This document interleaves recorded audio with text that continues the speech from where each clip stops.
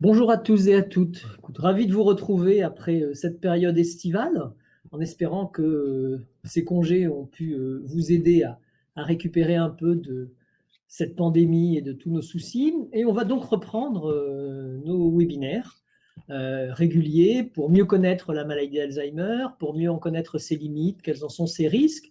Et aujourd'hui, nous allons dédier notre webinar à ce qu'on appelle est-on égaux face à la maladie? Qu'est-ce que ça veut dire? Souvent, je rencontre des gens qui me disent oh, voilà, ma maman a fait une maladie d'Alzheimer. Est-ce que moi-même, je suis plus à risque?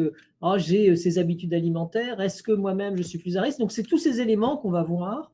Et vous verrez que, en effet, on a quand même certaines influences, mais d'une manière générale, le risque est essentiellement lié à l'âge.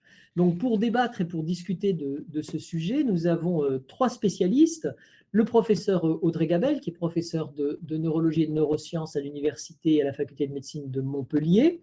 Le professeur Gaël Chetla, qui est directeur de recherche à l'INSERM à Caen. Et enfin, le professeur David Wallon, qui est professeur de neurologie au CHU de Rouen. Ces trois personnes font partie du comité opérationnel de la Fondation, ce sont nos référents scientifiques, et chacun va nous présenter pendant 15 minutes ce qu'il pense de cette égalité ou non-égalité qu'il peut exister entre les risques de faire ou pas une maladie d'Alzheimer. Nous verrons donc l'impact de l'environnement, est-ce qu'il y a des différences entre les hommes et les femmes, et enfin, est-ce que nos origines peuvent nous amener à un plus grand risque ou un moins grand risque de maladie d'Alzheimer. Donc, je vous rappelle 15 minutes de discussion. Vous pouvez poser vos questions dans l'onglet questions qui se situe juste à votre droite, donc n'hésitez pas. Et puis, à la fin, nous terminerons par une séance de questions-réponses générales et de réflexion avant de nous quitter à 19h30, à 19h, pardon, précise. Donc voilà, sans plus tarder, je passe la parole au professeur Audrey Gabel, qui va nous parler de l'impact d'un environnement défavorable sur la maladie d'Alzheimer. Donc, bonjour à toutes et à tous. Je suis ravie également de vous retrouver pour ces webinars. Et je vais donc vous parler de l'aspect environnemental et des liens avec les troubles cognitifs sévères et en particulier la maladie d'Alzheimer. Alors, on l'a eu dans plusieurs préventions qu'on peut appliquer pour essayer de limiter le risque de développer une maladie d'Alzheimer ou le risque également d'avoir un déclin cognitif quand vous avez déjà un début de troubles cognitifs. La Fondation Alzheimer est très impliquée dans ce champ de prévention et aujourd'hui en particulier, ça va être dédié à l'aspect facteurs environnementaux. Ces facteurs environnementaux sont en lien avec ce qu'on appelle l'exposome. Alors, l'exposome, c'est finalement tous les facteurs auxquels un individu, au cours de sa vie, est exposé, que ce soit de l'aspect vraiment purement environnemental, c'est-à-dire les produits chimiques, les agents chimiques, bien sûr la température, le bruit, les différentes vibrations, les ondes, des facteurs plutôt d'environnement macro, comme l'aspect de densité de population, de problèmes sanitaires et on le voit à l'heure actuelle avec la crise du Covid, et des facteurs de style de vie, comme bien sûr l'activité physique, la nutrition, les facteurs cardiovasculaires, comme le tabac, la consommation d'alcool, l'hypertension, et on a eu quelques séminaires sur ces aspects. Donc cet exposome regroupe l'ensemble de ces différentes expositions qui peuvent être en fait analysées à différents moments de la vie, qui peuvent survenir à différents moments aussi de la vie et dont on va voir l'impact au cours du temps à partir de l'âge adulte et en particulier pour les troubles cognitifs au niveau de la personne âgée et du risque de développer des démences et en particulier la maladie d'Alzheimer. Alors, cet aspect spécifiquement en lien avec l'environnement et la cognition, on peut le voir sur, on va dire, différents niveaux. Il y a un niveau qu'on connaît peut-être le mieux ou que vous connaissez peut-être le mieux, qui est l'aspect purement individuel. Comme vous l'a dit le professeur Amouyel, bien évidemment, les troubles cognitifs sont souvent liés à l'âge. On le verra dans une autre présentation, il y a un impact également, le fait d'être un homme ou une femme. Et puis, il y a un aspect, bien évidemment aussi de facteurs, génétiques. Mais de nombreux autres facteurs, peuvent influencer, sur l'individu le risque de développer des troubles cognitifs, comme le niveau socio-culturel, le niveau d'études, le niveau de revenus, la profession exercée ou la formation au cours, de la vie, des comportements, de santé et puis l'état de santé, en particulier lié aux facteurs de risque cardiovasculaires. Il y a une autre étape ou un autre niveau, d'environnement qui est l'environnement de travail. Alors, j'en parlerai pas, ce soir pour des questions de temps, mais il y a de, très grands travaux sur des cohortes, en particulier sur la cohorte, Gazelle, qui est une cohorte, française, qui analyse ces différentes expositions physiques, chimiques et d'environnement de travail, sur le risque de développer des troubles cognitifs et en particulier le risque, de présenter une maladie d'Alzheimer au cours du temps. Et puis, il y a également de nombreux travaux, sur des contraintes professionnelles, en particulier les liens entre le travail posté, l'impact sur le sommeil et la cognition, l'aspect également de pénibilité, physique et le risque de ces contraintes professionnelles, sur, la démence. Là, on va plus particulièrement parler de l'aspect d'environnement, de vie. Alors cet environnement de vie, dans le cadre de la cognition, il se focalise sur 3, on va dire 3 grands cadres. Un aspect de niveau socio-économique, un aspect d'organisation sociale et un aspect plutôt de population et en particulier sur cet aspect de densité ou, d'aspect, on va dire quantitatif et qualitatif de la population. Sur, ces 3 grands, niveaux, on va analyser différents éléments et regarder par exemple, les ressources locales, l'aspect bien sûr d'environnement alimentaire, mais de plus en plus, ce qui peut servir à la mobilité, l'aspect environnemental construit comme les parcs, les espaces verts, les habitats, l'existence de transports publics, l'existence d'équipements culturels et sportifs, puisque si on fait de la prévention pour développer par exemple de l'activité physique et que vous n'avez pas, de parc ou, de, promenade possible avec des équipements, sportifs, c'est plus, compliqué de pouvoir promouvoir, cette prévention sur l'activité physique. Si on veut développer de la prévention sur de la mobilité pour développer la cohésion, sociale, il est aussi très important de pouvoir augmenter les possibilités de transport public et les possibilités également d'équipements, à visée, sociale. Et puis on parlera, un petit peu de l'aspect pollution et en particulier de la pollution, de l'air. Alors de manière, un peu focalisée, nous avions, au sein du laboratoire, avec, Claudine Bert et Noémie Letellier, analysé sur la cohorte, 3C, qui est une cohorte en population, l'impact, de facteurs, de déprivation. Donc on est en capacité, de déterminer avec des index les personnes, qui, présentent une sorte de déprivation, sociale ou de facteurs de défavorisation. Globalement, c'était évalué sur la proportion de ménages qui étaient sans voiture, donc avec une réduction de la mobilité, qui étaient plutôt locataires, plutôt chômeurs, des familles monoparentales, des logements défavorisés ou surpeuplés et un index, de Gini qui en fait est une mesure qui analyse l'inégalité au sein d'une population, soit une inégalité en termes de salaire, de revenus ou de patrimoine. Et dans cette étude, nous avions montré que, ce score de déprivation, plus il était élevé, plus il y avait un risque, de présenter, des troubles cognitifs de type démence et en particulier une maladie d'Alzheimer et de façon, étonnante, un petit peu plus chez les femmes. Ça voulait dire que finalement, les personnes qui habitaient, dans un quartier, en déprivation, sociale ou avec l'ensemble de ces facteurs de défavorisation, avait une augmentation du risque de présenter des troubles cognitifs sévères et en particulier, une maladie d'Alzheimer. Alors ça, on l'avait montré en particulier, chez les femmes en faisant une analyse, plus, spécifique et on s'est posé la question après quel était, l'impact, qui était vraiment plus marqué. Pourquoi les femmes étaient plus, finalement, sensibles à cet impact, de la déprivation, du quartier par rapport au risque de survenue, de maladie d'Alzheimer et de troubles cognitifs. Nous avions donc réalisé pour essayer de comprendre, une analyse d'autres facteurs et en particulier de facteurs de réduction de la mobilité.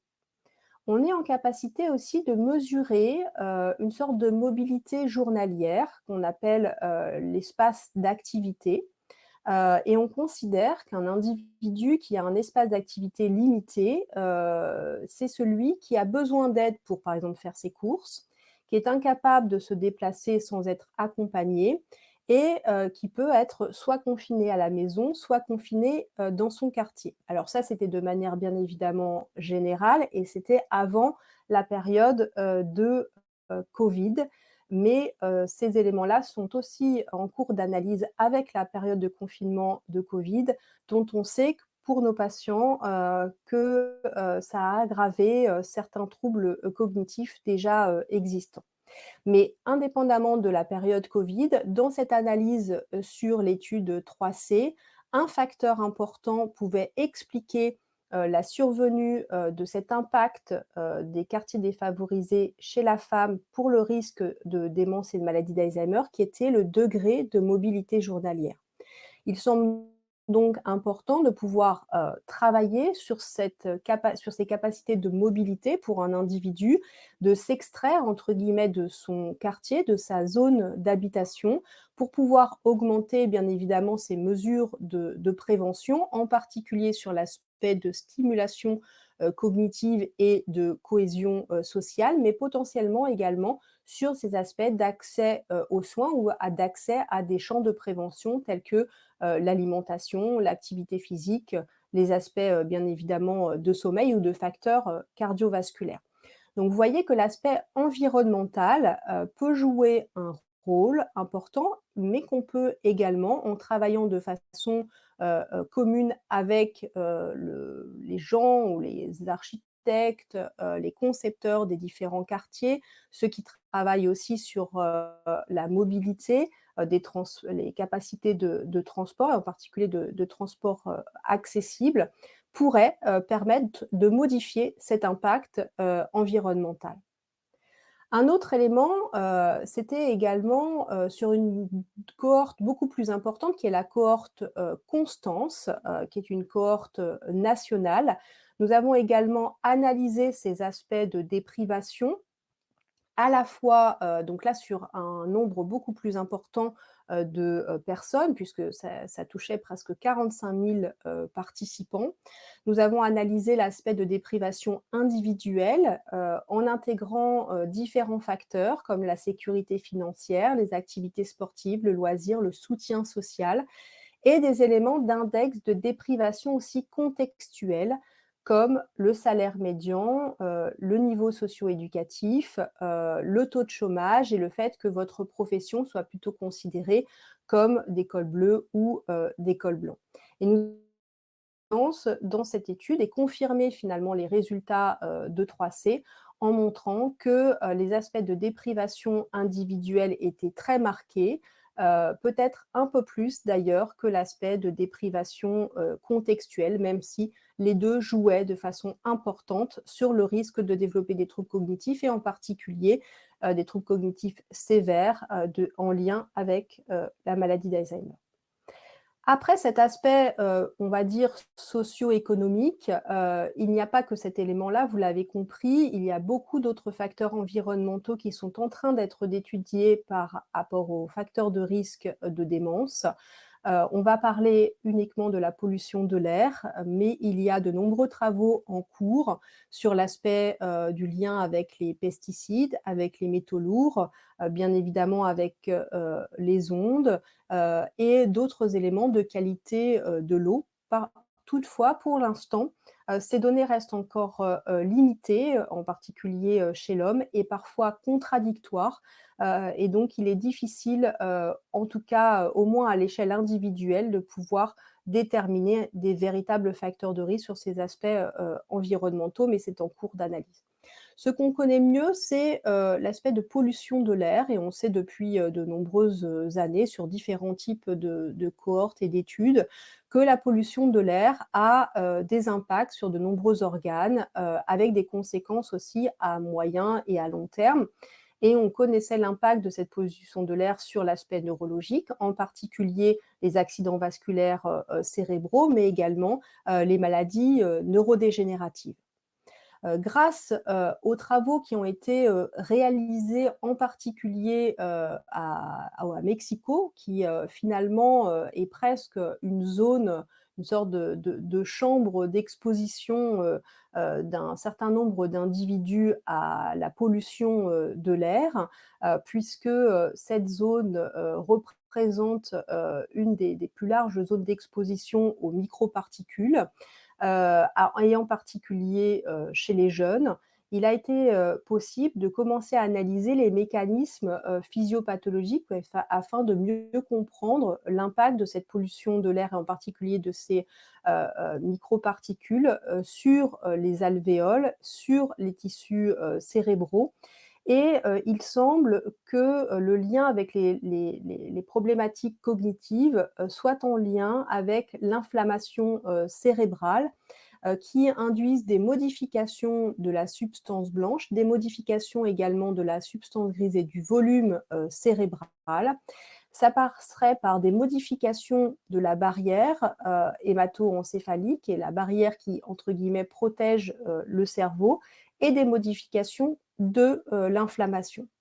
Les causes précises des liens entre la pollution de l'air et les troubles cognitifs restent encore à pleinement être évaluées, mais en tout cas, probablement que ça passerait par rapport à ces mécanismes d'inflammation. Il y a quelques années, il avait été montré l'impact de cette pollution de l'air par rapport au risque de survenue de troubles cognitifs sévères sur une très grande cohorte qui avait comparé l'incidence de développer une démence, de développer une maladie de Parkinson ou de développer une sclérose en plaques en fonction de votre lieu d'habitation par rapport à une sorte d'autoroute. Donc, si vous habitiez à moins de 50 mètres d'une voie rapide où il y avait beaucoup de pollution de l'air en lien avec la pollution atmosphérique, en particulier des véhicules, vous aviez un risque augmenté de présenter une démence et en particulier une maladie d'Alzheimer. Et on ne retrouvait pas ces éléments-là pour le risque de développer une maladie de Parkinson ou pour le risque de développer une sclérose en plaques. Donc, il semble qu'il y ait un impact un peu plus spécifique de cette pollution de l'air, en particulier des microparticules, dans la maladie d'Alzheimer ou en tout cas dans les troubles cognitifs. Cela a été confirmé là sur une étude plus récente qui a analysé sur une population américaine grâce à des cartographies d'analyse annuelle moyenne de concentration de ces particules et dont on voit en fait la localisation et en fonction de l'adresse d'habitation des personnes, on peut déterminer le risque d'habiter dans une zone polluée à l'air. Ils avaient analysé donc en particulier ces degrés de particules qui sont les particules qui semblent les plus toxiques par rapport aux pathologies neurodégénératives, donc les 2,5. Et si au sein de l'ambiance de la zone, vous avez une augmentation très importante de ces particules, le risque est plus élevé de développer une maladie d'Alzheimer, en tout cas dans cette étude, d'avoir à la fois un risque de décès et un risque d'admission en hospitalisation dont la cause était pour une maladie d'Alzheimer. Donc, on voit le lien à la fois en termes de santé et en termes, bien sûr, de troubles cognitifs. C'était également, on le retrouvait sur les démences non Alzheimer et sur la maladie de Parkinson, mais à un degré beaucoup moins important. Donc, on voit, il commence à avoir de très belles études avec des cartographies de localisation sur cette exposition à des fortes doses de particules et ce risque de développer la maladie d'Alzheimer. Alors, les études sont encore à être confirmées. Ça reste quand même assez limité. C'est surtout difficile pour un individu donné de déterminer les effets de la pollution de l'air. Il nous faut des mesures individuelles de cette exposition de l'air. Prendre en compte bien évidemment toutes les variables de confusion, comme on l'a vu. Peut-être que des fois aussi la pollution de l'air est plus importante dans des quartiers défavorisés. Et à ce moment-là, il faut prendre en charge l'ensemble de ces facteurs de confusion. Et puis, c'est sur une exposition à moyen ou long terme. Et donc, avec la possibilité aussi d'analyser de façon longitudinale, dans le temps, des cohortes de personnes qui n'avaient pas de troubles cognitifs, avec des tests cognitifs, des évaluations tout à fait standardisées et des possibilités aussi de déterminer le diagnostic de manière très précise, de savoir si ce sont simplement des troubles cognitifs de manière un peu générale ou liés à l'aspect vasculaire, ou des troubles cognitifs vraiment secondaires à des lésions de type maladie d'Alzheimer. Et à l'heure actuelle, 2 études sont en cours pour analyser avec des critères objectifs de mesure de pollution dans les mousses dans l'étude 3C de Podemos et également dans l'étude Constance au niveau national. Donc on en saura plus d'ici 1 an ou 2. Ça a pris un peu de temps aussi avec le Covid, malheureusement.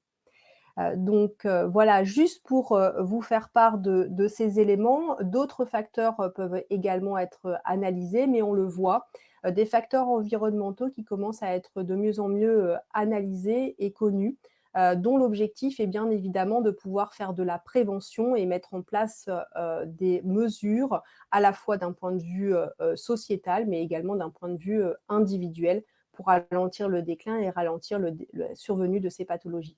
Je vous remercie. Merci beaucoup Audrey. Donc je suis Magali Dumont, déléguée scientifique à la Fondation Alzheimer et je serai votre porte-parole ce soir. Donc n'hésitez pas à nous poser les questions dans l'onglet questions. Je vais commencer Audrey par une question qui me vient. Donc tu nous expliques que l'environnement est à même d'influencer sur le risque de développer la maladie. La durée d'exposition a-t-elle un effet sur ce risque? Est-ce que si on est exposé à un environnement néfaste seulement pour une courte période, est-ce qu'on a malgré tout un risque de développer une maladie ou bien est-ce qu'il faut que ce soit une exposition plus chronique? Alors, on pense que c'est quand même une exposition plus chronique. Dans les études que je vous ai montrées aux États-Unis, c'était au moins 6 ans d'exposition, puisque c'est par période en fait d'analyse. Sur les aspects de quartiers défavorisés, il commence à y avoir des analyses montrant que même si on déménage sur un quartier plus favorisé, on garde quand même cet aspect de facteur de risque. Donc, il y a probablement vraiment une meilleure compréhension des impacts et des relations qu'il y a entre l'ensemble de ces facteurs. Mais bon, globalement, c'est peu probable que d'être exposé pendant quelques minutes à de la pollution atmosphérique et le fait de développer une maladie d'Alzheimer qui, par ailleurs, est une maladie chronique et on le sait, mais quand même plusieurs années avant de développer pleinement les lésions. Donc, probablement, c'est quand même quelques années. Et puis, c'est assez rare aussi que les gens déménagent tous les 6 mois. Donc, souvent, il y a aussi cet impact, qui est un impact finalement de mode de vie aussi et d'habitat sur du long terme. Mais alors du coup, je me pose la question par rapport à ça. Est-ce que l'âge d'exposition peut aussi faire varier les risques? C'est-à-dire, est-ce que si on est exposé, est-ce qu'il faut être exposé uniquement tardivement pour développer la pathologie ou est-ce qu'on peut aussi imaginer qu'une exposition précoce pourra engendrer plus tard la maladie? Oui, alors On pense que probablement, comme pas mal d'autres facteurs de risque, hein, c'est cette exposition un peu du milieu de la vie qui du coup impacterait les aspects plus tardifs. Mais par exemple, on va dire dans d'autres domaines, mais quand même dans le champ de la cognition, il y a eu des études sur l'aspect de pollution comme ça de l'air chez les enfants et également chez les femmes enceintes, montrant que du coup, les enfants pouvaient développer plus de malformations cérébrales et une augmentation de risque, par exemple, de troubles attentionnels, de TDAH, troubles attentionnels avec hyperactivité. Donc, on ne sait pas si... et on sait que par ailleurs, il peut y avoir un lien entre le TDAH de l'enfant qui va évoluer et éventuellement le risque après de développer des pathologies neurodégénératives. Donc, c'est juste une augmentation de risque. Donc, probablement que l'impact est différent en fonction de à quel moment l'exposition a eu lieu au cours de la vie, en particulier en termes de développement cérébral. L'impact ne sera pas le même par rapport à pendant la grossesse, pendant le développement cérébral de l'enfant, pendant l'adulte et au moment de l'âge adulte et ainsi de suite. Pour l'instant, pour les pathologies neurodégénératives, c'est quand même globalement plutôt sur la fenêtre de l'âge moyen de la vie, l'âge adulte. Voilà. D'accord. Une question qui vient d'arriver. Est-ce qu'il y a des études à ta connaissance sur l'impact du fait de vivre à proximité d'un aéroport sur la maladie d'Alzheimer ou bien sur la cognition de manière plus générale et aussi peut-être sur d'autres maladies, pas forcément Alzheimer, mais qui seraient apparentées? Alors, à ma connaissance, il n'y a pas d'études spécifiques pour les aéroports. Par contre, il commence à avoir des études sur l'impact du bruit aussi, parce que sur l'aspect aéroport, il y a la pollution liée, on va dire, aux particules de gazole, mais il y a également l'aspect de bruit et il commence à avoir de très belles études sur l'impact du bruit et les troubles liés au sommeil et après les aspects de troubles cognitifs, mais pas pour l'instant sur le risque de développer une maladie d'Alzheimer spécifiquement, plutôt sur l'aspect impact cognitif de manière assez large, probablement par un impact via le sommeil ou via la nuisance sonore qui peut induire un stress, etc. D'accord. Donc par des causes, Oui, on va plutôt dire des par le causes bruit, indirectes, plus ou ou moins en tout indirectes. cas, voilà, sur un champ de différents types de causes. D'accord. J'avais une dernière question avant de passer la parole à Gaëlle. On a eu un séminaire sur la génétique et les facteurs de risque. Est-ce que l'environnement est considéré comme un facteur qui va s'accumuler, qui va cumuler le risque, ou est-ce que finalement il y a la génétique d'un côté et l'environnement de l'autre? Bon, je pense qu'il faut voir l'individu de manière assez holistique. On ne peut pas dire qu'il y a que des facteurs génétiques et parce qu'il a déjà des facteurs génétiques, même si on sait que pour certains facteurs génétiques, le poids de la génétique est quand même beaucoup, beaucoup plus important que le poids d'un facteur de pollution de l'air ou d'un facteur de quartier défavorisé, parce que on va dire le risque relatif est pas le même, le niveau de risque n'est pas le même. Mais globalement, il serait plutôt cohérent de dire, ou plutôt logique de dire que les risques risquent de se cumuler. Mais à l'inverse, les facteurs protecteurs aussi, pour essayer de balancer les facteurs de risque. Donc du coup, l'idée, c'est justement, souvent dans le champ de la prévention, c'est de pouvoir identifier les individus qui sont les plus à risque et d'identifier ces facteurs de risque-là et d'essayer de travailler de manière individuelle sur chaque facteur de risque pour en limiter les conséquences ou d'essayer d'optimiser les facteurs de protection pour essayer de contrebalancer les effets délétères. Et c'est tout l'intérêt d'analyser à la fois l'aspect environnemental quand on le peut, aussi, ce qui est en train pleinement de se développer, qui est quand même un nouveau champ aussi dans le champ de l'épidémiologie, on va dire environnementale, et un aspect, bien sûr, de génétique ou l'aspect individuel, on va dire. Tout va se cumuler. D'accord, c'est très, très clair. Je vais juste prendre une dernière question parce qu'elle est vraiment en lien avec, l'environnement. Une personne donc, explique qu'effectivement on a, mis en avant l'impact de l'inflammation et les effets donc de l'environnement sur l'inflammation. En particulier, la personne fait référence aux ondes, donc aux champs magnétiques. Est-ce que tu sais s'il y a aujourd'hui des choses qui sont faites à ce sujet pour justement limiter les risques liés aux champs magnétiques sur l'inflammation? Alors, pour limiter, je ne sais pas, parce qu'ils sont plutôt en train de développer la 5G, donc du coup, pour limiter l'aspect onde, je ne pense pas. Par contre, il y a des travaux qui sont en cours pour déterminer l'impact de ce champ, des champs magnétiques, des ondes, et en fonction de la localisation des antennes relais et autres, par rapport à la santé de manière générale et à la cognition en particulier. Dans les différentes études de cohorte et dans Constance, ont été progressivement aussi rajoutés des aspects environnementaux de ce type. Mais c'est vrai que pour l'instant, il y a pas d'analyse, comme il n'y a pas eu vraiment clairement des choses prouvées, on va dire scientifiquement, sur un lien très clair, sur l'Alzheimer en tout cas. D'accord. C'est difficile de pouvoir argumenter. Mais par contre, comme ça se développe de façon de plus en plus importante, c'est tout à fait, voilà, le but, c'est justement qu'on essaye de limiter le plus possible ces expositions. Et tout ce qui est fait, par exemple, sur la pollution de l'air vise à limiter, par exemple, les taux qui sont acceptables de pollution de l'air dans les villes, etc.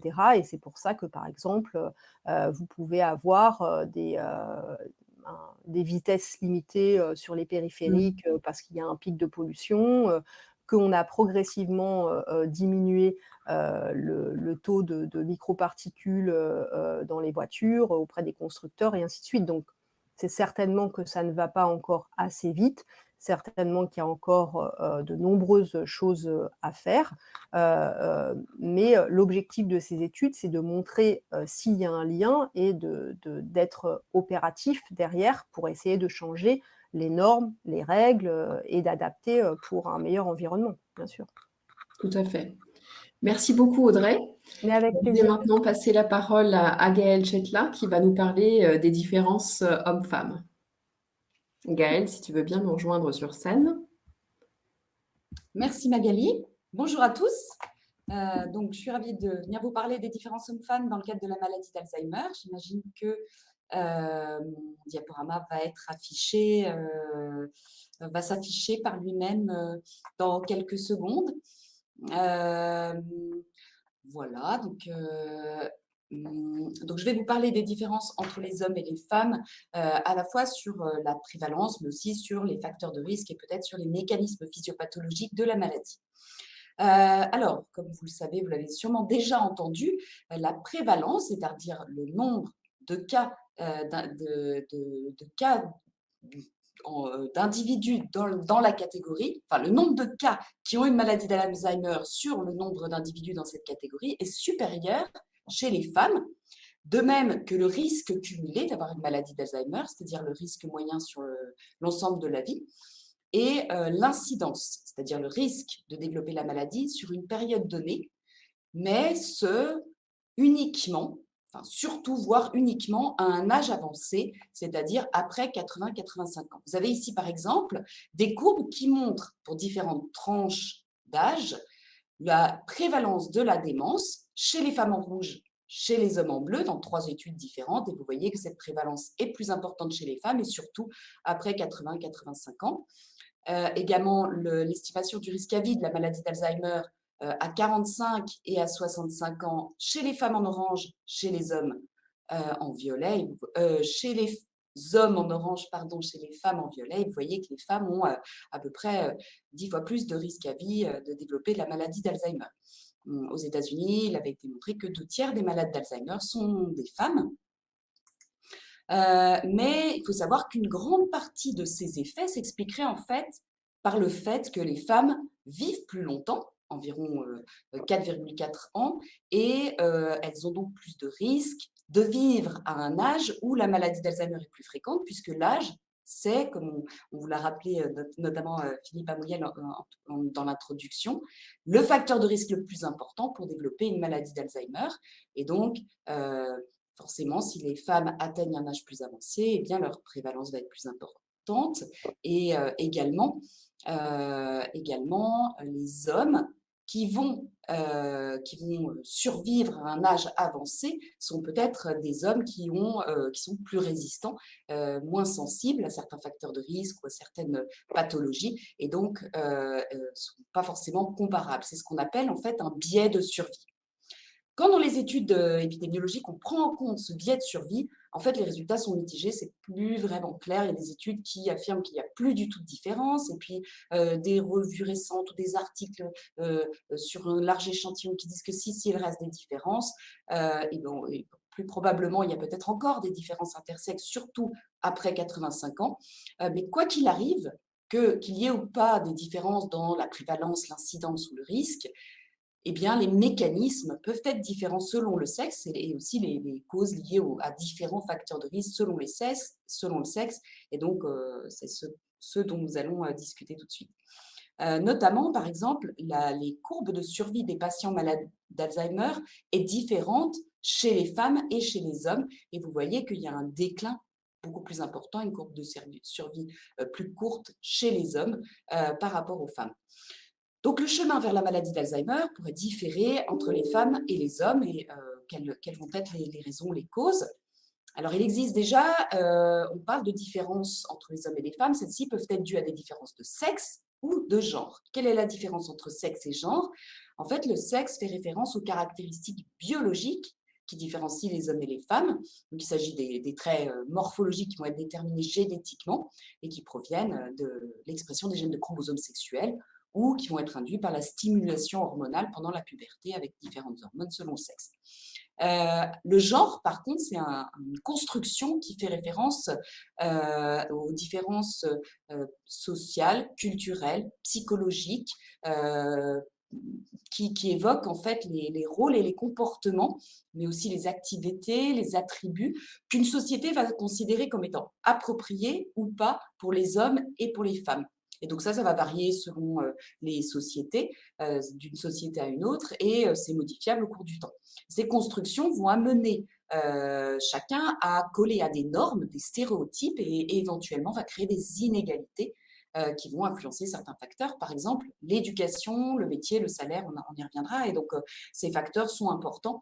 On l'a vu dans d'autres séminaires, et puis on en a déjà un tout petit peu parlé dans la présentation précédente, vont être importants en termes de risque de maladie d'Alzheimer ou de mécanismes physiopathologiques. Donc, on va surtout parler des différences de sexe, mais en fait, il y a beaucoup d'interactions et c'est difficile de vraiment dissocier. Et on va aussi un petit peu parler de genre dans ce qui suit. Alors, on peut d'abord parler on peut déjà discuter des différences intersexes dans la maladie d'Alzheimer qui sont liées à des différences dans les manifestations, les symptômes, les évolutions ou les biomarqueurs. Ce qu'on sait, c'est que les femmes, et notamment les femmes âgées, auraient de meilleures performances en mémoire épisodique verbale et de façon plus générale dans les tests impliquant une composante verbale. Certaines études suggèrent que par contre le déclin cognitif serait supérieur chez les femmes une fois les premiers symptômes installés. Donc, ces performances supérieures en mémoire verbale chez les femmes contrasteraient avec, chez les hommes, des performances qui pourraient être supérieures dans des tâches visio-spatiales en général, comme les tâches de mémoire spatiale, avec un point d'interrogation ici qui montre que toutes les études ne s'accordent pas sur ce sujet.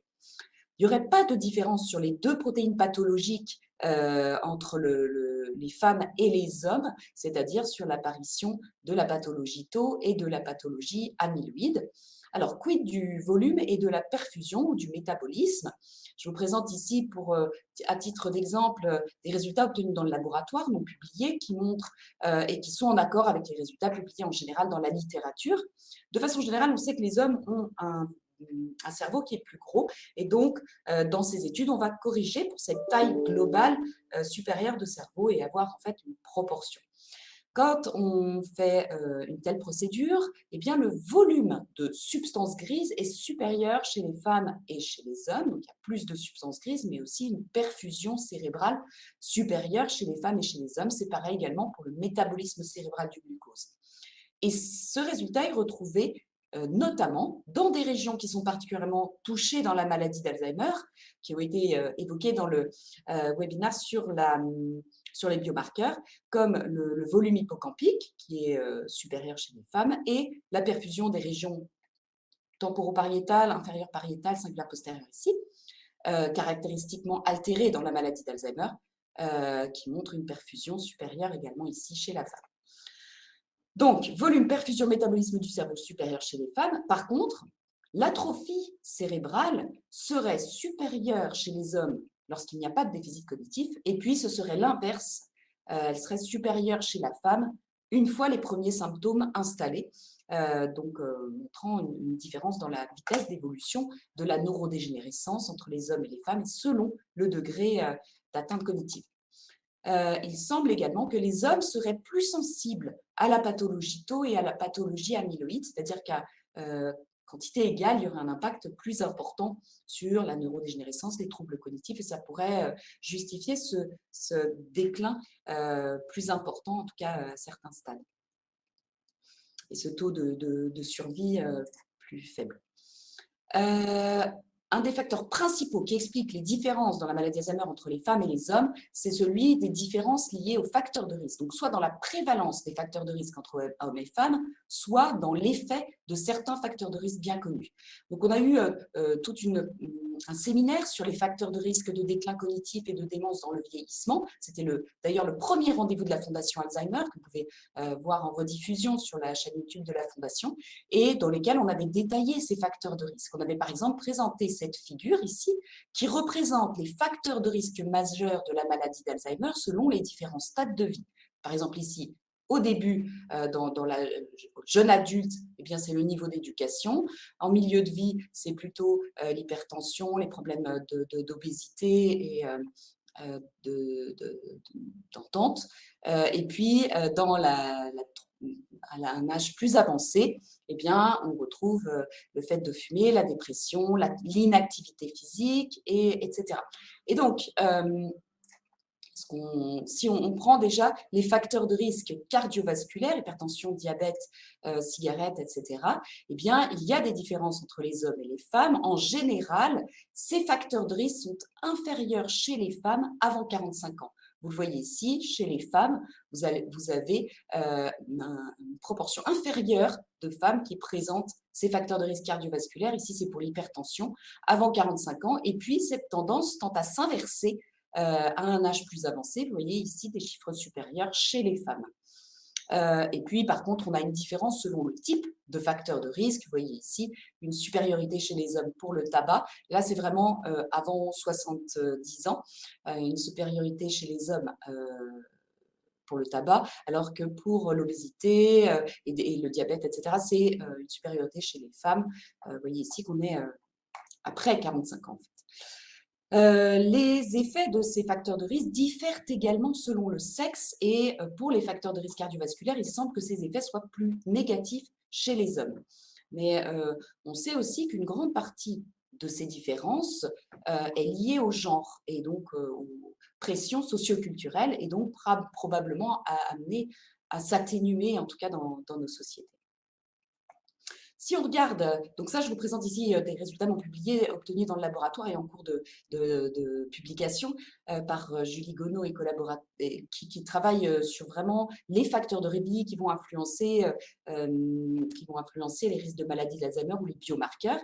Et ce qu'elle a montré, c'est que l'activité physique, la quantité d'activité physique n'était pas différente entre les hommes et les femmes. Par contre, l'impact, les liens entre ce niveau d'activité physique et les biomarqueurs de l'Alzheimer étaient distincts entre hommes et femmes.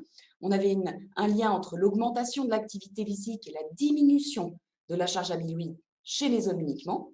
Et à l'inverse, une plus forte activité physique était liée à une plus forte perfusion cérébrale chez les femmes uniquement. Donc un effet possiblement protecteur, en tout cas sur les biomarqueurs, chez les femmes comme chez les hommes, mais par des processus, des mécanismes distincts.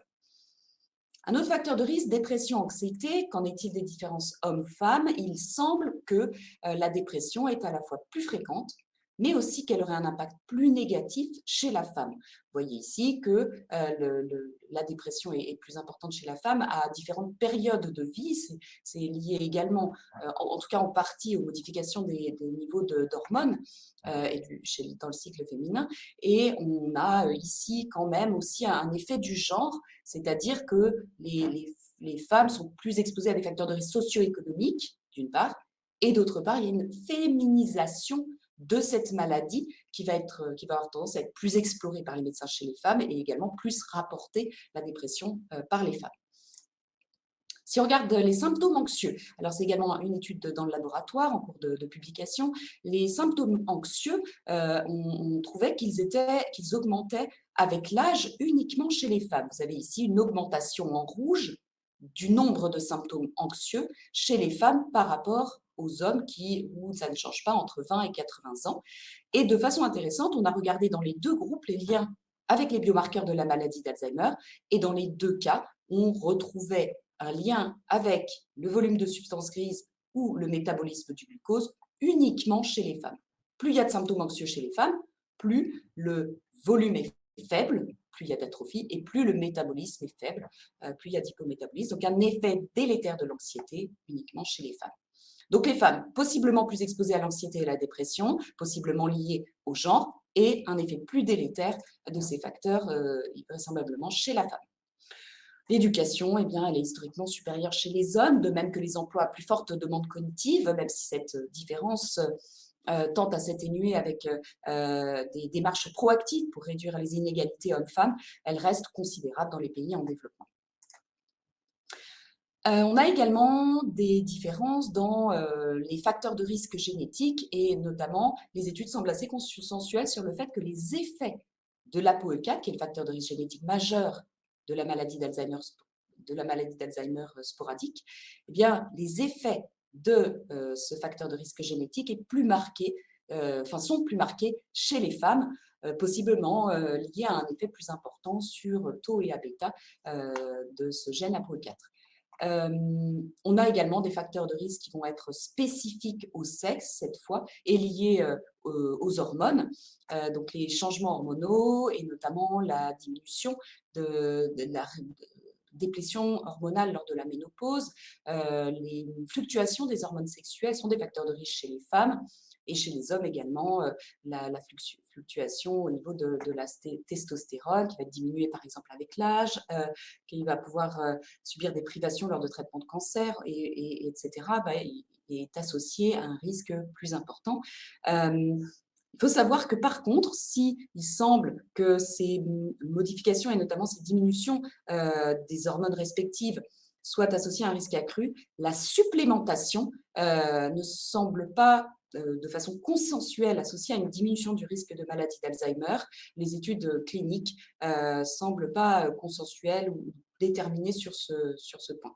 Donc on ne peut pas dire que suppléer cette déplétion soit associé à un amoindrissement du risque. Enfin, on a des différences dans les mécanismes physiopathologiques de la maladie qui pourraient être liés au système immunitaire, puisque la réponse immunitaire, elle serait supérieure chez les femmes, mais du coup, cela les rendrait aussi plus sensibles aux maladies inflammatoires et auto-immunes. Et d'autre part, le fonctionnement des mitochondries, donc les mitochondries pourraient être impliquées dans les mécanismes physiopathologiques de la maladie d'Alzheimer, et ce fonctionnement mitochondriel serait supérieur chez la femme jeune, mais inversement inférieur chez la femme âgée, ce qui la rendrait en fait plus vulnérable à la toxicité amyloïde du coup et au stress oxydatif, puisque les mitochondries jouent un rôle en interaction avec la toxicité amyloïde et le stress oxydatif.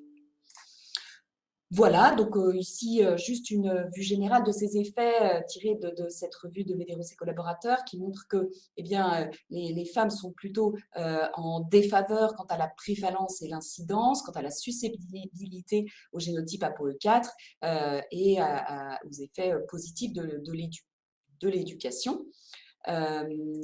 je ne vais pas forcément rentrer dans les détails, mais on retrouve ici les principaux mécanismes et facteurs qui vont être impliqués dans les différents intersexes liés à la maladie d'Alzheimer. Et on va retrouver à la fois les différences au niveau du système immunitaire, des différences liées à la différence de la maladie d'Alzheimer aux différences intersexes sur la cognition ou les biomarqueurs de la maladie, des différences liées aux facteurs de risque de maladie d'Alzheimer et puis à la réponse au stress et au stress.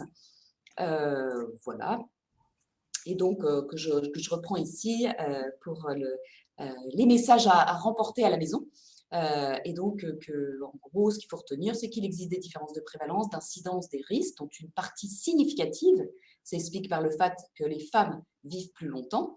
Il existe des différences dans l'expression, l'évolution, les mécanismes de la maladie qui peuvent s'expliquer par les différences intersexes au niveau des régions cérébrales, de leur structure, de leur fonctionnement, ou d'une susceptibilité différente à la pathologie amyloïde tau, conduisant du coup à un taux d'atrophie différent, des différences quant à la prévalence ou aux effets de certains facteurs de risque, cardiovasculaires, dépression, éducation, des différences également au niveau des effets de la POE4, et puis des différences vraiment liées aux changements hormonaux.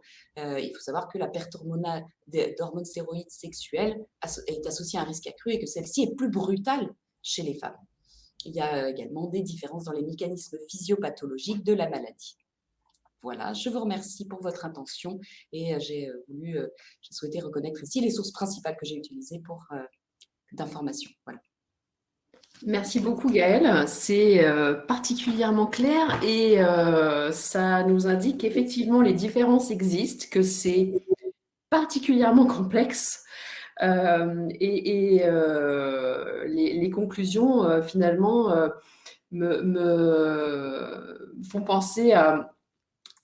Sachant que toutes ces différences existent, y a-t-il du coup des différences de prise en charge entre les hommes et les femmes atteints de la maladie?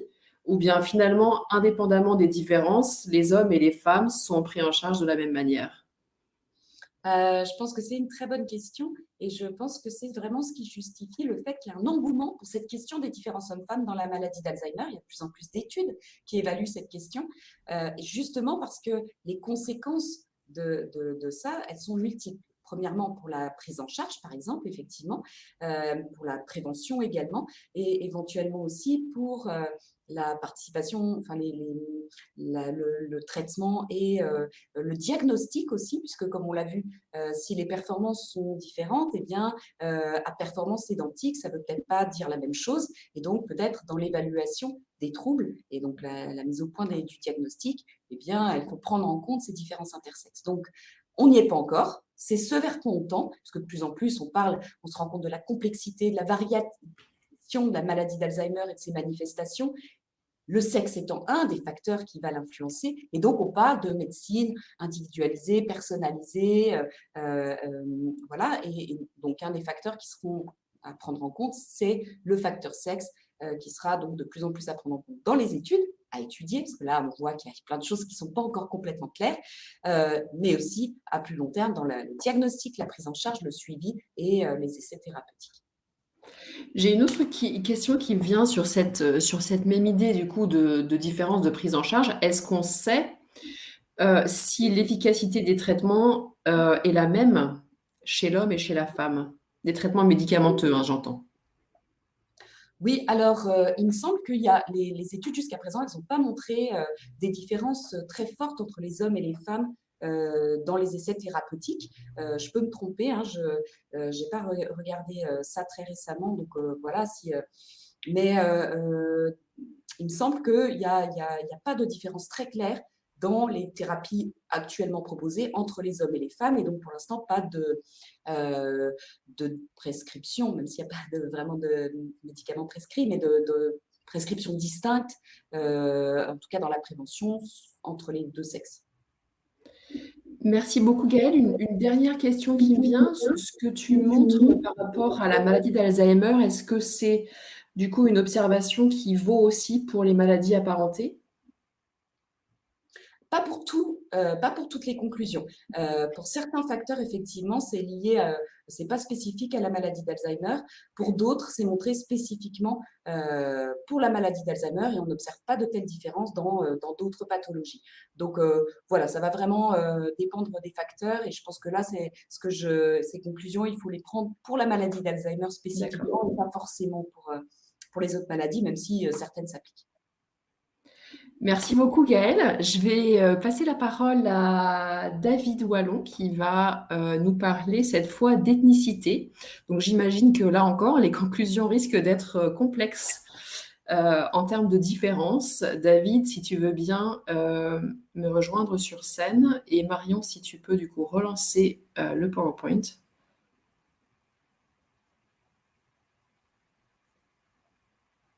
Merci bonjour à tous, David. même si mon visage malheureusement n'apparaît pas. Je vais donc vous parler d'un sujet un petit peu différent et probablement nettement moins investigué que les deux précédents, où les études sont beaucoup plus importantes.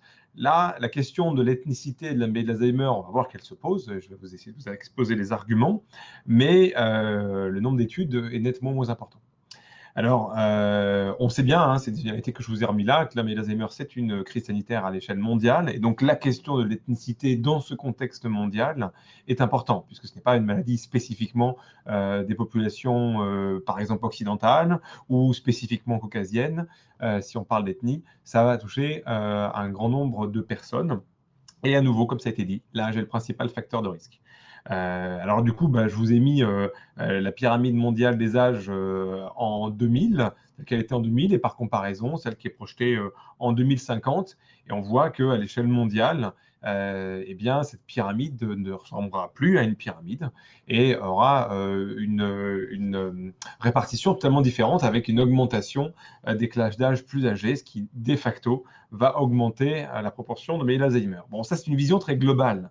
Mais maintenant, si on se pose la question de manière plus spécifique par rapport à alors que j'ai pris des origines géographiques, parce que là, c'est un peu plus compliqué de raisonner en ethnie à ce stade-là, mais le propos, vous allez le comprendre. Eh bien, si on regarde les pyramides des âges qui sont relevées, et non pas projetées, mais relevées entre différents pays, je vous ai mis tout à gauche une pyramide des âges en France en 2012, et puis des données tirées récentes, elles sont de 2005, mais c'est celle dont on dispose à l'heure actuelle, pyramide des âges en Ukraine et la pyramide des âges en Côte d'Ivoire. Eh bien, on voit bien que ce n'est pas du tout la même chose. Et donc, forcément, il y a une implication sur les risques de voir apparaître la maladie d'Alzheimer dans les populations en fonction de la répartition des différents âges. D'accord ? Donc ça, c'est un premier élément de réponse. Mais est-ce qu'il y a véritablement un lien entre ethnicité, et donc là, il ne s'agit pas forcément d'origine géographique, mais véritablement d'ethnie, et la maladie d'Alzheimer? Alors l'identification et les relations à étudier sont complexes. Pourquoi ? Parce que dès qu'on parle d'ethnicité, en fait, on parle de plein de choses. Et on amalgame dans ce concept beaucoup de choses, évidemment de la génétique, on y reviendra, mais aussi de la biologie et de la physiologie qui sont différentes, une sensibilité environnementale qui est différente. J'entends par là la sensibilité d'exposition à un facteur. Alors, pour faire quelque chose de très simple, et par rapport avec la maladie d'Alzheimer, eh bien, le cancer de la peau est beaucoup plus fréquent dans les populations caucasiennes que dans les populations nord-africaines. C'est une sensibilité environnementale qui est parfaitement établie. Les facteurs de risque, qu'ils soient de nature environnementale ou génétique, les conditions médicales, donc les conditions d'accès aux soins, les conditions de prise en charge qui vont être différentes selon les différentes ethnies, les niveaux socio-professionnels qui ne sont pas les mêmes, la dimension culturelle, qui rejoint un petit peu la condition médicale, mais dans le sens où le fait d'aller voir son médecin pour différents symptômes ne va pas forcément être exactement la même chose dans les différentes ethnies. Et puis les ressources qui vont être différentes dans les possibilités au niveau du diagnostic, du soin et de la recherche. Alors, est-ce qu'il existe en soi une différence ? Eh bien, ce que je vous ai montré, c'est sur les courbes et les histogrammes à droite. En haut, c'est la répartition des troubles cognitifs en fonction de tranches d'âge, de la tranche 55-64 ans, la tranche 65-74 ans, puis 74-84 et plus de 85 ans. Et on voit que la répartition est systématiquement différente avec, alors c'est une étude qui a été publiée par l'Alzheimer Association, et les répartitions ethniques, on le verra sur beaucoup de travaux qui sont malheureusement plus nord-américains que européens, eh bien, les répartitions ethniques sont surtout afro-américains, hispaniques et blancs. Mais on peut très bien extrapoler ces données-là à d'autres situations ethniques. Et donc, ce qu'on voit, c'est que les populations afro-américaines ont un risque et une fréquence, une prévalence plutôt pour être précis, de troubles cognitifs pour 1000 habitants bien supérieure aux autres ethnies, et notamment par rapport aux blancs, et ce, à quelle que soit la tranche d'âge. Donc, c'est qu'il n'y a pas qu'un effet âge qui joue, il doit y avoir d'autres phénomènes. Et puis, est-ce que c'est uniquement sur la prévalence des troubles cognitifs, ou est-ce que quand la maladie s'est installée, il y a une différence d'évolution? Eh bien, c'est également ce que montre l'étude de Santos, qui est juste en dessous, où vous avez la proportion de patients en fonction de la durée d'évolution de la maladie. Et vous voyez que la proportion de patients qui ont une maladie d'Alzheimer qui va évoluer dans le temps, eh bien, elle va évoluer significativement plus vite, entre 8 et 12 ans, comparativement aux blancs qui vont avoir une évolution plutôt intermédiaire, et aux hispaniques, ou descendants hispaniques, puisque finalement, c'est l'ethnie dont on parle, qui seront eux, finalement, qui auront une évolution la plus longue. Ce qu'il faut bien dire, c'est que par contre, intrinsèquement, il n'y a pas de différence dans les lésions cérébrales. On parle bien de maladie d'Alzheimer, et donc s'agissant de toutes ces ethnies différentes, les lésions sont celles qu'on vous a déjà décrites dans les précédents webinaires, c'est-à-dire dépôt de peptides amyloïdes, organisation plaques amyloïdes, et puis dégénérescence fibrillaire liée à la protéine tau. Il n'y a pas de véritable grande différence qui est identifiée à ce stade-là, mais c'est plus dans l'évolution clinique. Hop. Et ce qui m'amène à nécessairement se poser la question de quels facteurs pourraient être identifiables liés à l'ethnie. Alors, je les ai mis là parce que c'est ceux qu'on va étudier ce soir, ceux liés à la détection de la maladie et les biomarqueurs, puisque pour faire un diagnostic de maladie d'Alzheimer, eh bien, il faut bien entendu l'identifier. Si finalement il n'y a pas de diagnostic, eh bien, on peut là imaginer la source d'une différence. Il y a les facteurs liés à l'intervention thérapeutique, tout d'abord dans les approches médicamenteuses et non médicamenteuses, les facteurs liés à la sensibilité individuelle, c'est-à-dire que même ça rejoint un peu l'élément numéro 1, mais de manière différente, c'est-à-dire que si l'individu ne se plaint pas, s'il n'y a pas culturellement d'éléments en faveur d'une plainte et donc du coup d'une démarche diagnostique, eh bien on n'identifie pas la maladie. Les facteurs liés aux comorbidités, ce sera un point qu'on abordera à la fin. Et puis, il y a énormément de facteurs sociétaux, mais qui là rejoignent certains éléments qui ont déjà été présentés auparavant, notamment par Audrey Gabel, et que je ne vais pas reprendre en détail, puisque dans le temps imparti, ça va être un petit peu difficile. On voit déjà qu'il y a plusieurs éléments à discuter, toujours en rapport avec l'ethnie. Alors, quels sont les facteurs qui sont liés à la détection de la maladie et des biomarqueurs? Il y a le premier d'entre eux, c'est, on a déjà discuté, la réserve cognitive. Alors, pour rappeler un petit peu, resituer un petit peu ce à quoi ça correspond, eh bien, la réserve cognitive, c'est ce qui permet de maintenir les capacités résiduelles malgré la maladie. Vous avez la courbe qui est conceptuelle sur la droite, et vous voyez que l'idée, c'est qu'avec une réserve cognitive élevée, traduction un niveau socio-éducatif plus élevé, eh bien, on va résister à lésions équivalentes plus longtemps à l'apparition des symptômes, et les stades clés de début de la maladie, de modification de l'autonomie, de dépendance vont apparaître potentiellement plus tard grâce à cette réserve cognitive. Ça a été largement étudié, et il y a des arguments sur ce plan-là. Et donc, du coup, ça rejoint l'idée que si dans une ethnie donnée, il y a une réserve cognitive parce qu'un environnement socio-éducatif et socio-professionnel différent, eh bien, cela va permettre une résilience différente à la maladie d'Alzheimer, à lésions équivalentes. Ça, c'est un premier point. Mais il y a aussi un point par rapport à l'évaluation clinique, c'est-à-dire la capacité à évaluer cliniquement l'apparition d'une maladie. Et ça, on sait que pour la maladie d'Alzheimer, on s'appuie beaucoup sur les tests neuropsychologiques.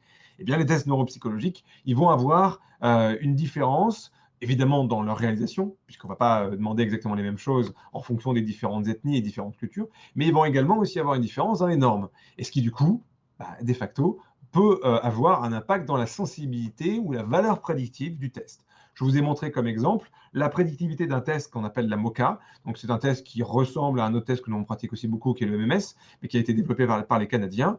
Et ce que l'on constate, ce que je vous invite à regarder, c'est la ligne PPV, donc pour valeur prédictive positive. En gros, si mon test est anormal, quelle est la prédiction que l'individu à qui j'ai fait le test est effectivement malade? Eh bien, vous voyez bien que c'est à hauteur de 80% pour des blancs non hispaniques. Cette étude a été menée au Canada et cette valeur prédictive positive descend à 50% seulement pour des noirs non hispaniques, alors que pour les hispaniques, elle est de intermédiaire à 70%. L'idée derrière tout ça, c'est de se dire que finalement, à un test donné qu'on aurait tendance à administrer de manière équivalente à différentes populations, eh bien, sa valeur prédictive va être différente. Donc, sa capacité à identifier la maladie va être nécessairement différente. Autre point lié à cette fois-ci la détection de la maladie et l'ethnie, c'est au niveau des examens paracliniques. Alors, je commence par la neuroimagerie. Eh bien, il y a des études de neuroimagerie sur les différences dans les différentes ethnies, notamment sur le plan conformationnel. En revanche, en lien avec la maladie d'Alzheimer, c'est déjà beaucoup plus maigre.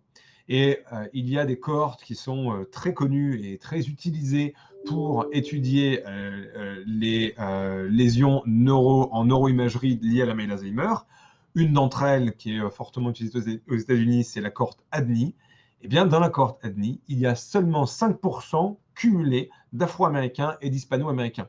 Traduction, il y a 95% de Blancs américains dans la cohorte ADNI. Et donc, du coup, toutes les études de conformation, de structure, d'atrophie qui ont montré ce qui se passe au niveau de l'hippocampe, ce qui se passe au niveau des carrefours associatifs postérieurs, ce qui se passe dans le cerveau, en manière générale, eh bien, est surtout valable pour 95%, et surtout valable pour une population qui est composée à 95% de blancs américains. Et donc, il est difficile d'extrapoler les choses à l'excès. Il y a quand même eu des études, peu, mais il y en a quand même eu, qui ont montré, par exemple, que le volume cérébral chez les patients atteints de maladie d'Alzheimer semble quand même plus important chez les hispaniques. Et puis, autre élément intéressant, qu'il y a des lésions cérébrovasculaires plus fréquentes chez les Afro-Américains, ça c'est déjà nettement plus établi, notamment en lien avec les facteurs de risque vasculaire et l'hypertension artérielle en premier lieu. On en reviendra, on en reparlera avec les comorbidités. Mais donc, il y a des différences qui ne sont pas forcément très, très bien intégrées, mais qui, par contre, ont un lien avec la maladie d'Alzheimer et ses capacités à identifier la maladie. Et puis également, enfin, sur le plan biologique, alors les liens entre ethnicité et biomarqueurs biologiques sont établis. Il y a des données très claires et très bien documentées, mais finalement dans d'autres maladies que la maladie d'Alzheimer. Alors, vous trouvez plein d'études sur les variations des taux de PSA et dans sa capacité à identifier les cancers de prostate, sur les valeurs d'hémoglobine glyquée, l'HbA1c. S'il y a des diabétiques parmi les spectateurs, eh bien, ils reconnaîtront tout à fait cette valeur-là. Eh bien, il y a des liens avec l'ethnie, et puis charge virale et VIH, ou certains marqueurs inflammatoires en sclérose en plaques. Donc, il y a des choses qui sont établies avec d'autres pathologies, mais dans la maladie d'Alzheimer, eh bien, malheureusement, c'est assez maigre. Alors, on a quand même quelques études qui auraient tendance à montrer, mais c'est absolument à confirmer, que la bêta-42, qui est un des marqueurs qu'on a dû vous présenter dans les précédents webinaires, eh bien, serait un peu moins sensible en population afro-américaine pour identifier la maladie d'Alzheimer. Et donc, du coup, elle ne permet pas de poser le diagnostic aussi facilement que dans d'autres ethnies. Et puis, tau et la protéine phosphoto semblent moins différents entre témoins et malade d'Alzheimer dans une population hispanique. Dans cette publication de 2016, traduction, même chose, eh bien, on peut moins s'appuyer sur les biomarqueurs du liquide céphalorachidien pour asseoir un diagnostic. Alors, on a parlé un petit peu auparavant de génétique et vous vous rappelez qu'il y a eu également un webinaire là-dessus auquel je vous invite de regarder si vous ne l'avez pas fait parce qu'ils sont disponibles en replay. Mais on va reprendre la point principal qui concerne le facteur de risque majeur qui est le génotype APOE4. Alors, on sait très bien que le génotype APOE4 est un facteur de risque important pour la maladie d'Alzheimer et que sa fréquence est également tout à fait substantielle, puisque c'est environ 25% de la population générale. Et pour faire les choses assez simplement, hein, je ne vais pas reprendre tout le détail qui a été fait auparavant, mais en gros, ça multiplie par 3 à 5 le risque de développer la maladie si on est porteur d'un seul variant génotype APO4, d'un seul polymorphisme APO4, et puis si on en a deux, là on dépasse une multiplication par 10 jusqu'à 15. Mais par contre, eh bien, cette répartition des génotypes APOE en population générale, eh bien, elle n'est pas exactement la même. Le 25% dont je viens de vous parler, eh bien, finalement, il est à nouveau surtout basé sur ce qu'on connaît des populations d'individus blancs. Si vous regardez dans les populations asiatiques, eh bien, la proportion n'est pas la même. On est plutôt autour de 20%, alors que si on regarde dans les populations eh bien, noires africaines et également noirs. L'étude a été menée en Angleterre, donc finalement, on va plutôt parler de noirs africains. Eh bien, à ce moment-là, la proportion de porteurs de l'allèle E4 est beaucoup plus importante, puisqu'elle avoisine presque les 50%, ce qui, du coup, donne un impact énorme de la maladie dans cette population-là. Donc, la génétique est évidemment en lien avec l'ethnie. Alors là, je vous ai parlé d'un facteur de risque. Si maintenant on élargit, parce qu'il y en a d'autres, je ne vais pas en parler en détail, mais ce que je voulais vous montrer, c'est que finalement, les liens entre ethnie et plus ou moins géographie et les variations génétiques, il est établi déjà depuis longtemps. Ce que je vous montre ici n'a pas directement lien avec la maladie d'Alzheimer, mais vous explique l'étude de certains polymorphismes. Donc un polymorphisme, hein, c'est une variation dans notre patrimoine génétique qui n'est pas forcément responsable d'une maladie, mais qui est une petite modification entre quelqu'un qui serait d'origine, mettons, caucasienne, et puis quelqu'un qui serait d'origine nord-africaine. Il y a une petite variation, on n'est pas exactement les mêmes, et donc ce polymorphisme, on peut l'étudier. Et donc lorsqu'on fait une analyse globale de différents polymorphismes et qu'on fait cette analyse appartenant, on appelle ça des analyses en composantes principales. Donc, en gros, on éclate le degré de différence par rapport à une référence. Eh bien, on s'aperçoit que l'on peut grouper les individus. Et c'est amusant, puisque pratiquement, on redessine la carte de l'Europe, comme vous le voyez ici, en regroupant les individus qui sont proches. Donc, géographiquement proches égale génétiquement proche, et donc géographiquement éloigné égale génétiquement éloigné. Et ce qui, du coup, par extension, amène à comprendre que les facteurs de risque génétiques ne vont pas avoir exactement le même impact selon l'origine ethnique et géographique que l'on a. Je ne peux pas aller beaucoup plus loin parce que c'est assez complexe et il faudrait beaucoup de temps pour détailler, mais éventuellement dans les questions, on pourra y revenir. Alors, on continue dans notre étude sur les facteurs en lien avec l'ethnie, et puis il y a évidemment la question des traitements. Et cette différence de traitement, elle est dès l'étape initiale, puisque avant d'avoir un traitement disponible dans votre pharmacie, il y a eu des étapes de recherche et de développement dans les essais cliniques. Et les essais cliniques, eh bien, il n'y a pas une participation équivalente selon les différentes ethnies.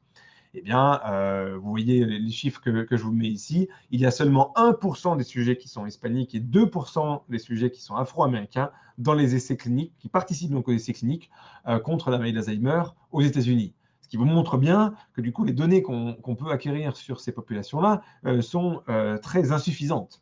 Alors, est-ce qu'on pourrait se dire, ouais, mais bon, parce qu'à tous les coups, c'est parce qu'on filtre un peu? Pas exactement, parce que finalement, il y a même une propension à participer qui est différente. Là, vous voyez, dans le diagramme qui est en dessous, la propension à répondre oui, ou à répondre non, ou à répondre je ne sais pas si je participerai à un essai clinique. Et finalement, eh bien, on voit que les populations afro-américaines ont une propension plus importante à dire oui, alors que pour les populations asiatiques, eh bien, c'est l'inverse, elles ont une propension plus importante à dire non. Le niveau d'incertitude, je pense qu'on peut le laisser de côté. On voit qu'à l'inverse, les populations blanches non hispaniques eh bien, se situent au milieu. Donc c'est intéressant parce que finalement, quand on passe de 65% de non à 83% de non, on voit bien qu'il y a un impact non négligeable de l'ethnie sur la décision de participer à un essai clinique et donc du coup de déterminer si cliniquement il y a un effet.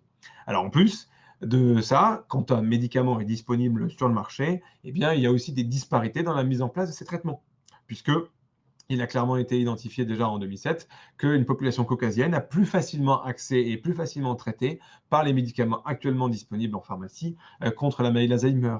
À l'inverse, eh bien, pour les Afro-Américains, ils ont 30% en plus de risque d'arrêter un traitement disponible en pharmacie. Hein. On ne parle pas de recherche, on parle de traitement validé dans l'étude publiée par Cooper et collaborateurs.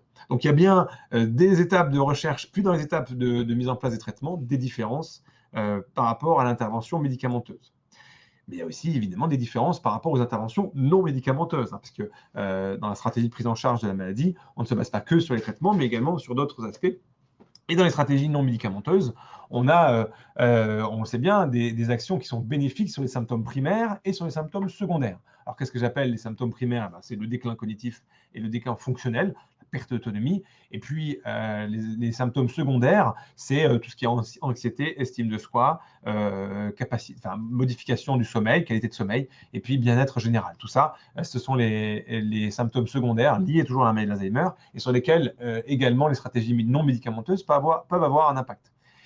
Alors, il existe des études, mais c'est globalement assez compliqué parce que bien souvent, ces études-là, elles ne sont pas forcément contrôlées, elles sont souvent faites dans une ethnie donnée.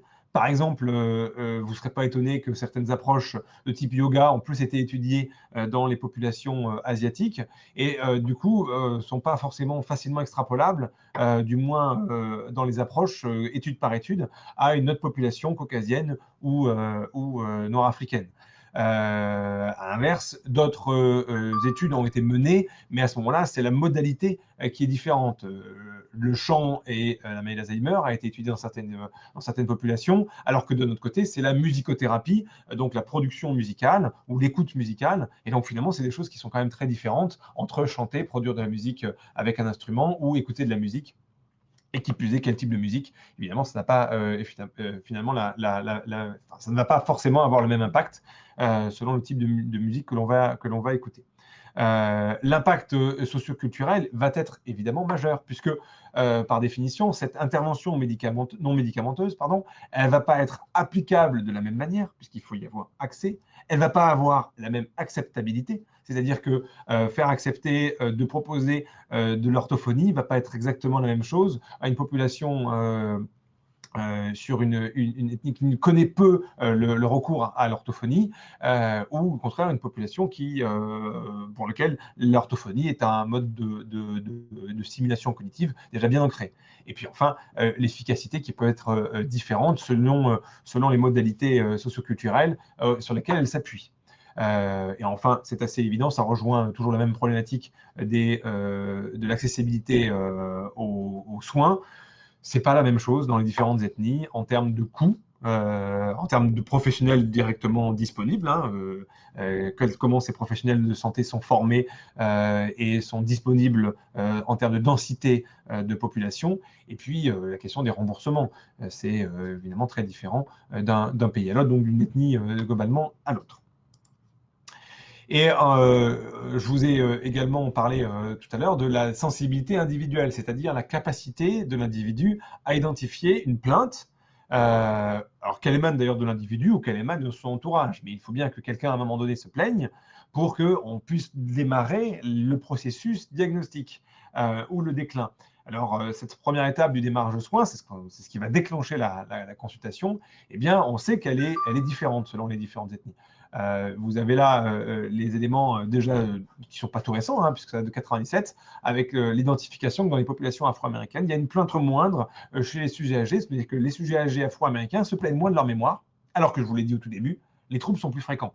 Ce qui donc pourrait paraître assez contre-intuitif, mis à part le fait que peut-être c'est plus fréquent, donc plus admis comme la normalité. Or que, du coup, il se passe des choses.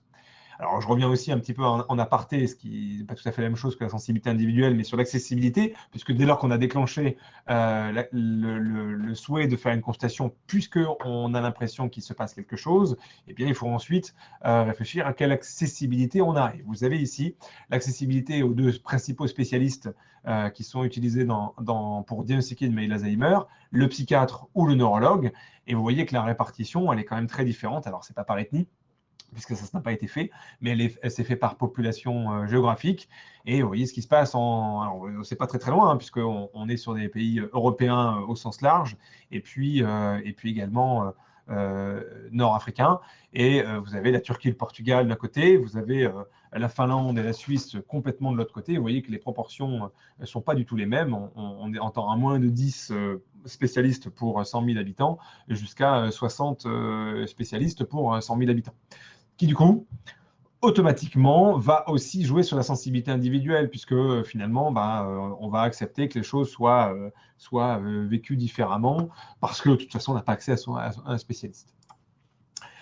Et puis pour finir, donc, je voulais vous parler des facteurs liés aux comorbidités. Et donc là, pour le coup, on a quelques données en France avec une étude menée qui s'appelait Rial.fr, dans laquelle on a étudié chez 579 patients avec maladie d'Alzheimer à légère à modérée, donc vous avez des MMS de 26 à 10, quelles étaient la prévalence des comorbidités. Donc en gros, quelle fréquence on rencontre chez des individus qui ont une maladie d'Alzheimer des autres maladies. Maladies cardiovasculaires, maladies sensorielles, maladies neurologiques. Alors évidemment pas la maladie d'Alzheimer, mais les autres. Et vous voyez que globalement, ce n'est pas quelque chose de rare, hein, puisque 34% de maladies cardiovasculaires, 23% de troubles sensoriels, donc perte d'audition, perte de problèmes de vue, neurologiques, musculo-squelettiques, 17% et ainsi de suite.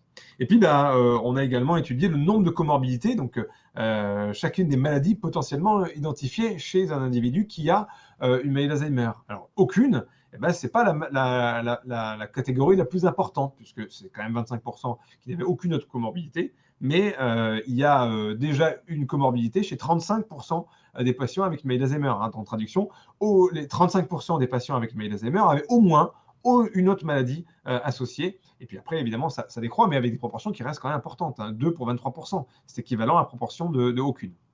Et ça, du coup, ça m'amène à vous parler dans les différentes ethnies, c'est-à-dire quelles sont les comorbidités qu'on rencontre dans les ethnies. Elles ne sont pas les mêmes. Donc, du coup, ça va avoir un lien sur l'évolution de la maladie. Vous avez les Caucasiens, les Noirs africains, les Hispaniques et les Coréens, dans cette étude publiée en 2018 par Lee et collaborateurs. Et vous voyez que si l'asthme est beaucoup plus fréquent chez les Noirs africains, l'hypertension artérielle est nettement plus fréquente chez les Noirs africains, jusqu'à 70% de la population, contre 50% chez les Caucasiens, à peu près équivalent dans les autres catégories. Vous avez la population, la fréquence des accidents vasculaires cérébraux qui est plus importante chez les Noirs africains. Mais par contre, l'infarctus du myocarde est plus important chez les Caucasiens. Donc tout ça, ce sont des comorbidités. Le diabète, 23% chez les Noirs africains, 23% chez les Hispaniques, mais seulement 13% chez les Caucasiens. Donc là, c'est pas maladie d'Alzheimer, hein, c'est toute population confondue. Et donc, ça montre bien qu'il y a des différences dans les comorbidités. Je vous ai principalement parlé des cardiovasculaires, mais bon, il y a aussi l'anémie, l'arthrite que vous voyez ici. Et puis, ce qu'on peut rencontrer par rapport à la maladie d'Alzheimer. Donc, ce qui m'amène en conclusion à vous dire que réfléchir au lien entre ethnie et maladie d'Alzheimer, c'est complexe. Et donc, ça a amené à cette réflexion sur une vision intégrative de l'ethnicité dans la maladie d'Alzheimer, pour lesquelles, évidemment, l'exposition géographique, les statuts socio-économiques et les ressources qui sont disponibles vont influencer secondairement les conditions matérielles, les conditions de vie, le stress physiologique et notamment les capacités, l'environnement de travail, l'engagement cognitif et culturel, et puis certaines compétences dans les capacités à identifier sa propre plainte, son propre trouble. Et tout ça, on refait le lien avec la santé, l'accessibilité aux soins, les fonctions cognitives, et vous avez des boucles qui reviennent et qui font que du coup, tout ça témoigne de la complexité à analyser les choses. On manque clairement d'études dans le domaine. Or, je pense qu'il faudra absolument continuer à développer les choses parce qu'il y a certains pays qui sont extrêmement concernés par l'évolution démographique de la maladie d'Alzheimer et que ce qui a été étudié et ce qui est applicable dans des populations caucasiennes ne va probablement, ou du moins potentiellement, pas marcher du tout dans d'autres populations ethniques. Voilà, je vous remercie. Merci beaucoup, David. Je vais juste prendre le temps pour une question et puis ensuite on pourra conclure sur le webinaire. Par rapport à ce que tu disais, il semble donc qu'une majorité d'études aient été faites sur des ethnies en particulier. Sachant qu'il y a un effort aujourd'hui pour inclure en fait les patients dans les protocoles de recherche, est-ce qu'il y a un effort supplémentaire qui est fait pour l'inclusion justement de ces ethnicités et faire en sorte qu'on en sache un peu plus? Ou bien est-ce qu'on se dit que finalement les données sont suffisantes? Alors non, les données ne sont pas suffisantes et il y a fort heureusement certains groupes qui travaillent à impliquer des ethnies de manière prépondérante dans les essais cliniques. Si on peut en citer un, la Banner Alzheimer Institute, qui travaille en Colombie, par exemple, et sur le bassin Amérique centrale, eh bien, attache de l'importance à augmenter la population, notamment hispanique, dans les essais cliniques. Mais ce n'est pas le cas de tous les laboratoires, ce n'est pas le cas partout. Et donc, je pense que même à l'heure actuelle, ça reste anecdotique. Et il y a encore un effort à faire pour continuer à impliquer plus des populations d'ethnies différentes. Merci beaucoup, David. Je vais repasser la parole à Philippe pour conclure sur l'événement de ce soir et je vous souhaite à tous une excellente soirée. Merci Magali. Ben, je voudrais tout d'abord remercier nos 3 brillants orateurs, hein, David, Gaël et Audrey. Je voudrais également remercier Marion, hein, qui est toujours là derrière aux manettes. On ne la voit pas, mais c'est elle qui anime toute cette plateforme. Juste un mot, la question qu'on avait posée au début, c'est « Sommes-nous tous égaux face à la maladie d'Alzheimer ?» Donc je crois que vous avez vu que on ne l'était pas complètement, on ne l'était pas nécessairement naturellement, puisque voilà, notre sexe est ce qu'il est et il influence notre risque. En revanche, les facteurs d'environnement, les facteurs socio-économiques, les facteurs relationnels sont aussi des éléments importants et il est important d'insister là-dessus car ce sont des voies qui peuvent être utiles pour la prévention. Il est 19h et comme à l'habitude, nous allons arrêter pour se retrouver encore mieux le 7 octobre prochain. Notre prochain webinaire concernera quelque chose qui est beaucoup plus pratique, c'est-à-dire que ce soit pour les patients et pour les familles, est-ce que vous êtes capable d'identifier, vous savez suffisamment pour identifier le meilleur parcours de santé, de soins adaptés. Donc on va être vraiment dans une question beaucoup plus médicale, de prise en charge. J'espère qu'on s'y retrouvera nombreux et que, comme toujours, vous pourrez apprendre et mieux connaître cette maladie afin d'essayer de mieux la prévenir par la suite. Donc, je vous remercie à tous, je vous souhaite une excellente soirée et donc, je vous donne rendez-vous au 7 octobre à 17h30. Merci à vous, bonne soirée.